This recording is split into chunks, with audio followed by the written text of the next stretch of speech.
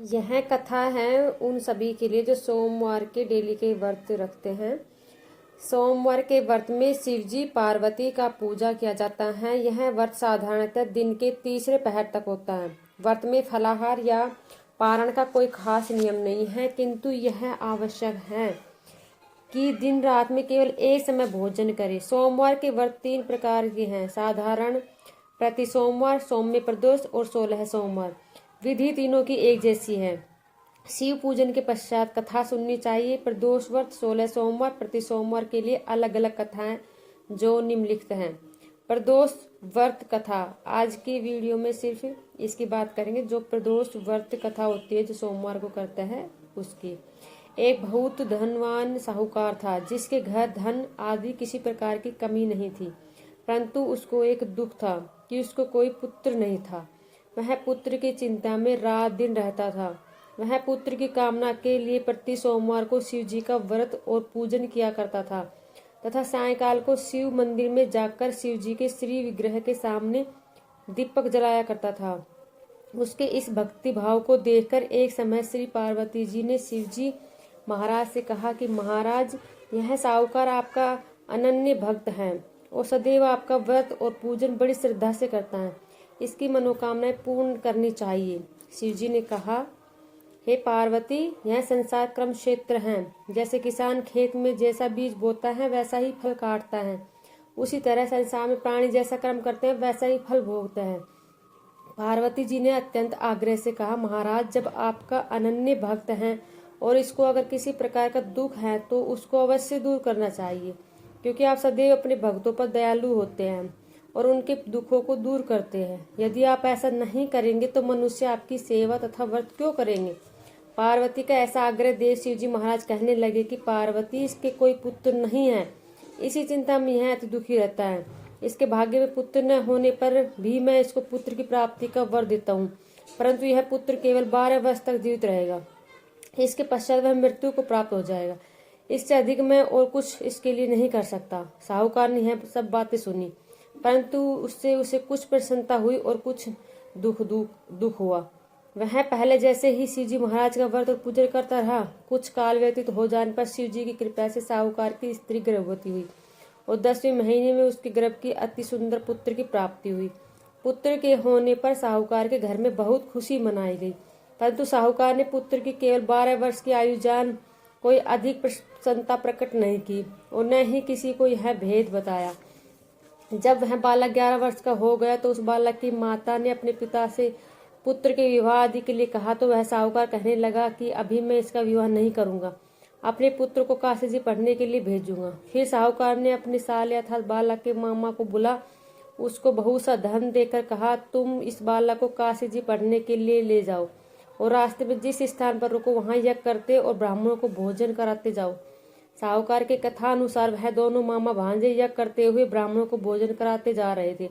रास्ते में एक शहर पड़ा। उस शहर में राजा की कन्या का विवाह था और दूसरे राजा का लड़का जो विवाह कराने के लिए बारात लेकर आया था वह एक आंख से काना था। काने वर के पिता को इस बात की बड़ी चिंता थी कि कहीं वर को देख कन्या के माता पिता विवाह में किसी प्रकार की अड़चन पैदा न कर दे। इस कारण जब उसने अति सुंदर सेठ के लड़के को देखा तो उसके मन में विचार आया कि क्यों न स्वागत के समय इस लड़के को वर की जगह पर खड़ा कर दिया जाए। ऐसा विचार कर वर के पिता ने उस लड़के को मामा से बात की तो वे राजी हो गई। फिर उस लड़के को वर के कपड़े पहनाकर तथा घोड़ी पर चढ़ा दरवाजे पर ले गए। सब कार्य प्रसन्नता से पूर्ण हो गई। फिर वर के पिता ने सोचा कि यदि विवाह कार्य भी इसी लड़के से करा दिया जाए तो क्या बुराई है। ऐसा विचार कर लड़के और उसके मामा से कहा, यदि आप हेरों का और कन्यादान के काम को भी करा दे तो आपकी बड़ी कृपया होगी। मैं इसके बदले में आपको बहुत कुछ धन दूंगा। उन्होंने यह भी स्वीकार कर लिया। लड़के का विवाह कार्य भी बहुत अच्छी तरह से संपन्न हो गया।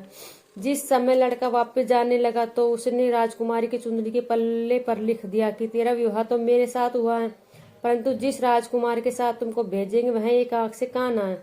मैं काशी जी पढ़ने जा रहा हूँ। लड़के के जाने के पश्चात राजकुमारी ने जब अपनी चुंदड़ी पर ऐसा लिखा हुआ पाया तो उसने राजकुमार के साथ जाने से मना कर दिया और कहा कि यह मेरा पति नहीं है।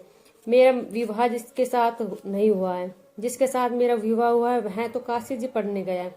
राजकुमारी के माता पिता ने भी अपनी कन्या को विदा नहीं किया और बारात वापस चली गई उधर सेठ का लड़का और उसका मामा काशी जी पहुंच गए। वहां जाकर उन्होंने यज्ञ करना और लड़के से पढ़ना शुरू कर दिया। जब लड़के की आयु 12 वर्ष साल की हो गई, उस दिन भी उन्होंने यज्ञ का विधान किया। उसी समय लड़के ने अपने मामा से कहा, मामा जी आज मेरी तबीयत कुछ ठीक नहीं है। मामा ने कहा, अंदर जाकर सो जाओ। लड़का अंदर जाकर सो गया और थोड़ी देर में उसके प्राण निकल गए।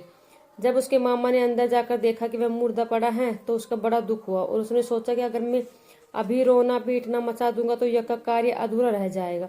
अतः उसने जल्दी से यज्ञ का कार्य समाप्त कर ब्राह्मणों को जानने के बाद रोना पीटना आरंभ किया।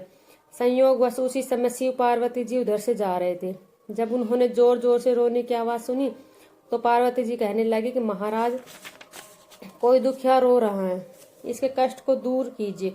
जब शिव पार्वती ने पास जाकर देखा तो वहां एक लड़का एक लड़के को मर पड़ा था। पार्वती जी ने कहने लगी, महाराज यह तो उसी सेठ का लड़का है जो आपके वरदान से हुआ था। शिव जी कहने लगे, पार्वती इसकी आयु इतनी थी सो यह भोग चुका है।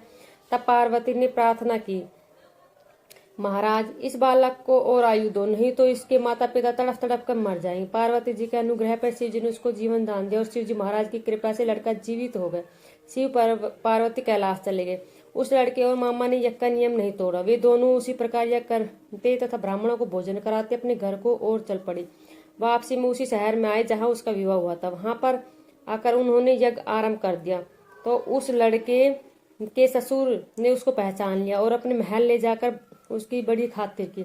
साथ ही बहु दास दासियों सहित आदर पूर्वक लड़के और जमाई को विदाई किया। जब वे अपने शहर के लिए निकट आए तो मामा ने कहा, मैं पहले जाकर खबर कर आता हूँ।